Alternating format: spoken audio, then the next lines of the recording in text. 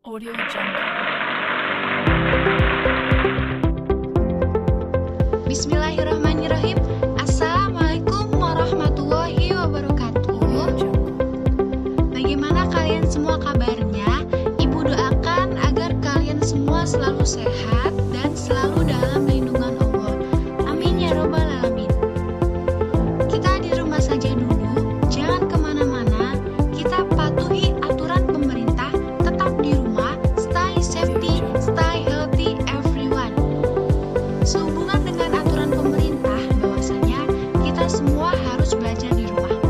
Maka dari itu, Ibu berusaha untuk menyampaikan materi IPS dari kelas 8E sampai kelas 8I melalui media sosial. Tema yang akan Ibu sampaikan pada video kali ini yaitu tentang tumbuh dan berkembangnya semangat kebangsaan. Mudah-mudahan dengan video ini bisa membantu kalian agar tetap belajar walaupun di rumah dan bisa membantu kalian agar bisa mengerjakan soal ujian dengan mudah nantinya. Oke, kita langsung saja ke materi. Jadi di video kali ini ada 2 subtopik materi yang akan Ibu sampaikan. Topik yang pertama yaitu latar belakang munculnya nasionalisme di Indonesia, dan yang kedua yaitu organisasi-organisasi pergerakan di Indonesia. Kita langsung saja ke materi yang pertama, latar belakang munculnya nasionalisme di Indonesia. Kira-kira faktor apa sajakah yang melatar belakangi terjadinya pergerakan di Indonesia, dan dari mana sajakah faktor itu muncul? Jadi, ditinjau dari asal pengaruhnya, pergerakan nasional di Indonesia dilatar belakangi dari berbagai macam kejadian, baik dari dalam negeri, internal, ataupun dari luar negeri, eksternal. Faktor internal yang melatar belakangi munculnya nasionalisme di Indonesia yang pertama yaitu perluasan pendidikan. Pada awalnya, pelaksanaan politik etis, migrasi, irigasi, dan edukasi, rakyat Indonesia mendapatkan perlakuan yang lebih baik daripada sebelumnya. Akan tetapi, karena tidak adanya itikat baik dan juga keikhlasan hati dalam pelaksanaannya, politik etis ini tidak jauh berbeda dengan politik-politik sebelumnya, di mana pendidikan dilaksanakan hanya untuk memenuhi kebutuhan tenaga administrasi perusahaan-perusahaan perkebunan dan pemerintahan. Program politik etis, terutama di bidang edukasi pendidikan, telah melahirkan golongan terpelajar pribumi. Golongan inilah yang pada masa berikutnya berjasa terhadap perjuangan kemerdekaan Indonesia. Kesadaran nasional dalam diri kaum terpelajar telah menempatkan mereka sebagai pelopor pergerakan nasional di Indonesia. Faktor yang kedua yaitu kegagalan perjuangan di berbagai daerah. Bangsa Indonesia menyadari bahwasanya berbagai macam penyebab kegagalan perjuangan kemerdekaan pada masa lalu itu, salah satu penyebabnya adalah perlawanan masih bersifat kedaerahan. Kalian pasti tentunya masih ingat berbagai macam perjuangan bangsa Indonesia di berbagai daerah. Bagaimana seandainya jikalau para tokoh seperti Imam Bonjol, Pangeran Diponegoro, Patimura, Sultan Hasanuddin, ataupun para tokoh lainnya, jikalau mereka bersatu mengusir penjajah, tentu Belanda akan mudah ditaklukkan, bukan?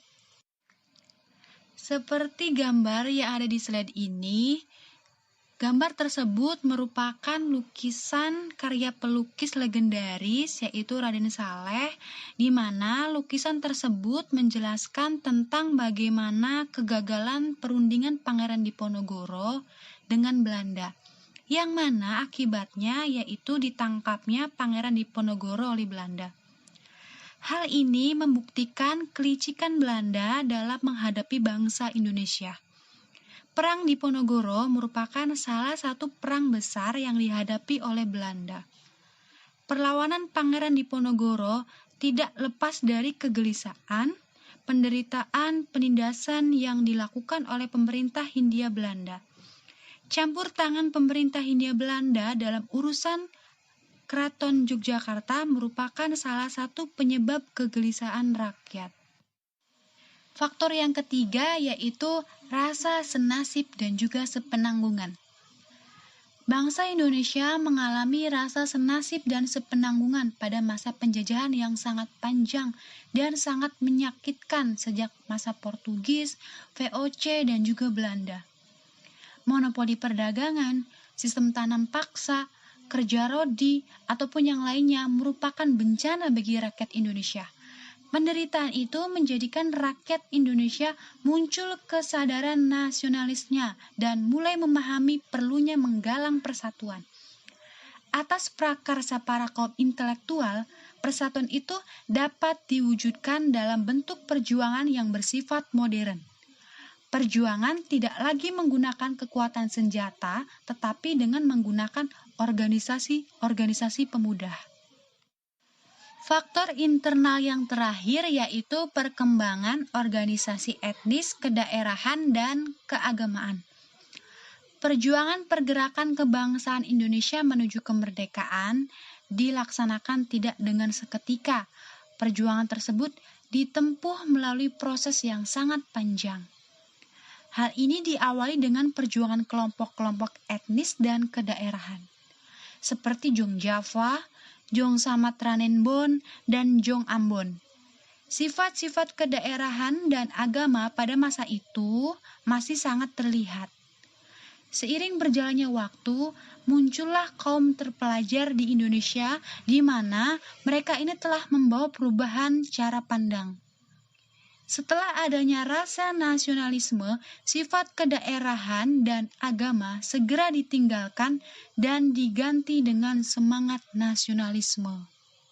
Oke, kita menuju ke faktor eksternal. Faktor eksternal yang pertama yaitu berkembangnya berbagai macam paham baru. Paham-paham baru seperti pan-islamisme, nasionalisme, liberalisme, sosialisme, dan demokrasi ini menjadi salah satu pendorong pergerakan nasional di Indonesia. Paham-paham tersebut mengajarkan bagaimana langkah-langkahnya untuk memperbaiki kondisi kehidupan bangsa Indonesia. Berbagai paham tersebut telah mempengaruhi berbagai macam organisasi pergerakan nasional di Indonesia. Faktor yang kedua yaitu berbagai macam peristiwa dan pengaruh dari luar negeri. Ada berbagai macam peristiwa dari luar negeri yang berpengaruh terhadap kebangkitan nasionalisme di Indonesia. Contohnya seperti kemenangan Jepang atas Rusia pada tahun 1905. Selama ini sudah menjadi suatu anggapan umum jikalau keperkasaan Eropa ataupun bangsa kulit putih menjadi simbol superioritas atas bangsa-bangsa lain. Hal ini ternyata bukanlah suatu kenyataan sejarah, di mana perjalanan sejarah dunia menunjukkan bahwasannya ketika pada tahun 1904 sampai tahun 1905 terjadi peperangan antara Jepang dan Rusia. Ternyata yang keluar sebagai pemenangnya dalam perang ini adalah Jepang. Hal ini memberikan semangat juang terhadap para pelopor pergerakan nasional di Indonesia. Materi yang kedua yaitu tentang organisasi pergerakan nasional di Indonesia. Bangkitnya nasionalisme di bumi tanah air kita, tanah air Indonesia, merupakan akibat dari penjajahan, di mana ini disebut sebagai masa kebangkitan nasional. Pada masa bangkitnya nasionalisme ini bermunculan yang namanya organisasi-organisasi, di mana organisasi ini sadar akan pentingnya persatuan demi mewujudkan kemerdekaan. Adapun organisasi-organisasi tersebut diantaranya yang pertama yaitu Budi Utomo, yang kedua yaitu Sarekat Islam, yang ketiga ada Indische Partij, dan yang keempat ada Perhimpunan Indonesia, yang kelima ada Partai Nasional Indonesia, dan masih banyak lagi. Organisasi Pergerakan Nasional Indonesia yang pertama yaitu Budi Utomo. Jadi pada abad ke-20 itu banyak mahasiswa di kota-kota besar, terutama di Pulau Jawa, mereka sekolah kedokteran yang bernama Stovia, di mana ini terdapat di Batavia, Jakarta. Para tokoh mahasiswa kedokteran ini sepakat untuk memperjuangkan nasib rakyat Indonesia dengan memajukan pendidikan rakyat. Mereka sepakat untuk mendirikan sebuah organisasi yang bernama Budi Utomo dan memilih Dr. Sutomo sebagai ketua. Tokoh lain pendiri Budi Utomo diantaranya yaitu Gunawan, Cipto Mangunkusumo, dan Aryo Tirtokusumo. Seperti yang ada di gambar di slide ini, itu merupakan gambar Dr. Sutomo. Beliau merupakan ketua dari organisasi Budi Utomo. Budi Utomo didirikan pada tanggal 20 Mei 1908, di mana pada tanggal ini diperingati sebagai Hari Kebangkitan Nasional. Budi Utomo merupakan organisasi pertama yang ada di Indonesia yang bersifat kebangsaan. Organisasi Pergerakan Nasional di Indonesia yang kedua yaitu Sarekat Islam. Pada awalnya, Sarekat Islam bernama Sarekat Dagang Islam. Jadi, pada masa penjajahan, Pasar Klewer di Solo atau Surakarta, Jawa Tengah, itu merupakan pasar yang ramai oleh para pedagang Indonesia, Arab, dan juga Tiongkok. Akibatnya, terjadi persaingan yang tidak sehat antara pedagang pribumi dan juga pedagang Tiongkok. Pada tahun 1911, didirikan Sarekat Dagang Islam oleh Kiai Haji Samanhudi di Solo. Tujuan utamanya adalah untuk melindungi kepentingan pedagang pribumi dari ancaman pedagang Tiongkok yang pada saat itu, para pedagang Tiongkok menguasai perdagangan di pasar dan menggeser para pedagang lokal yang kurang pendidikan dan juga pengalaman. Pada tahun 1912, Sarekat Dagang Islam berubah menjadi Sarekat Islam dengan Hos Cokroaminoto sebagai ketuanya. Organisasi Pergerakan Nasional di Indonesia yang ketiga yaitu Indische Partij. Indische Partij atau IP ini adalah partai politik pertama yang ada di Indonesia. Perlu digarisbawahi, jikalau Budi Utomo merupakan organisasi pertama yang ada di Indonesia, maka IP ini merupakan partai politik pertama yang ada di Indonesia. Para pendiri IP ini terkenal dengan sebutan 3 serangkai. Para pendirinya diantaranya yaitu Douwe Dekker atau Danudirjo Setiabudi, kemudian Suwardi Suryadiningrat atau Ki Hajar Dewantara, dan Dr. Cipto Mangunkusumo. Tujuan IP ini sangat jelas, yaitu untuk mengembangkan semangat nasionalisme bangsa Indonesia. Keanggotaannya pun sangat terbuka bagi semua golongan, tanpa memandang suku, agama, ataupun ras. Pada tahun 1913, Belanda mempersiapkan pelaksanaan perayaan 100 tahun pembebasannya dari kekuasaan Perancis. Belanda pun meminta agar rakyat Indonesia untuk turut serta memperingati hari tersebut. Para tokoh IP menentang rencana tersebut.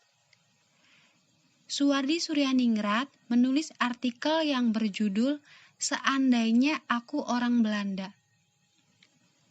Beliau mengecam orang Belanda. Beliau berkata, bagaimana mungkin jikalau bangsa terjajah, bangsa Indonesia, disuruh untuk merayakan kemerdekaan penjajah. Pemerintah Belanda pun marah dengan sikap para tokoh IP ini. Akhirnya, Douwe Dekker, Cipto Mangunkusumo, dan Suwardi Suryadiningrat ditangkap kemudian dibuang di Belanda. Apakah kalian tahu siapa Ki Hajar Dewantara? Jadi, beliau ini merupakan Bapak Pendidikan Nasional, di mana Beliau ini mempunyai nama asli yaitu Raden Mas Suwardi Suryaningrat. Beliau ini lahir di Yogyakarta pada tanggal 2 Mei 1888, di mana pada tanggal ini diperingati sebagai Hari Pendidikan Nasional. Organisasi Pergerakan Nasional di Indonesia yang keempat yaitu Perhimpunan Indonesia.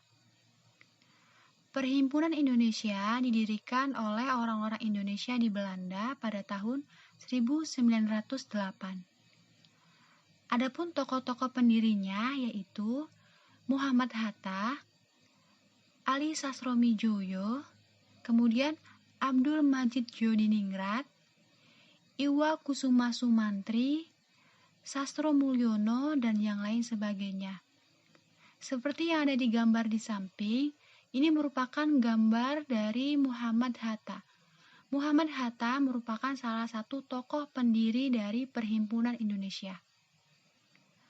Tujuan utama Perhimpunan Indonesia ini adalah untuk mencapai Indonesia merdeka, memperoleh suatu pemerintahan yang bertanggung jawab kepada seluruh rakyat.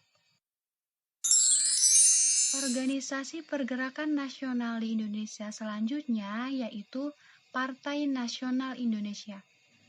Partai Nasional Indonesia didirikan pada tanggal 4 Juli 1927 di Bandung. Organisasi ini didirikan oleh Insinyur Soekarno. Tujuan utama PNI ini adalah mencapai kemerdekaan karena dengan merdeka, bangsa Indonesia ini dapat memperbaiki struktur masyarakat, sosial, ekonomi, dan politik secara mapan. Partai Nasional Indonesia adalah salah satu partai yang keras dan radikal terhadap pemerintah Belanda. Mereka menolak mentah-mentah pendudukan wakilnya semacam Dewan Perwakilan Bangsa Indonesia yang dibentuk oleh Belanda. Karena sifatnya yang radikal inilah, pemerintah Belanda pun kemudian menangkap para pemimpin PNI. Beberapa tokoh PNI seperti Soekarno harus dihukum dan dibuang di berbagai daerah. Hukuman yang dijatuhkan kepada para tokoh PNI ini berpengaruh besar terhadap perkembangan partai. Sehingga partai ini kemudian membubarkan diri dan terpecah menjadi dua, yaitu PNI Baru dan Partindo. Sekian video yang dapat Ibu sampaikan.